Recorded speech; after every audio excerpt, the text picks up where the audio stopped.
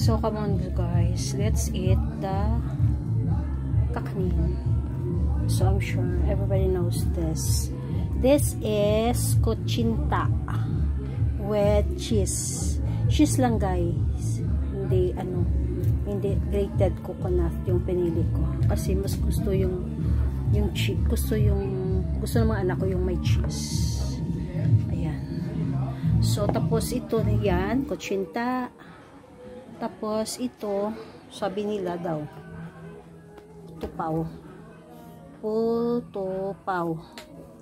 Ba't putupaw? Ano kaya? Ba't putupaw?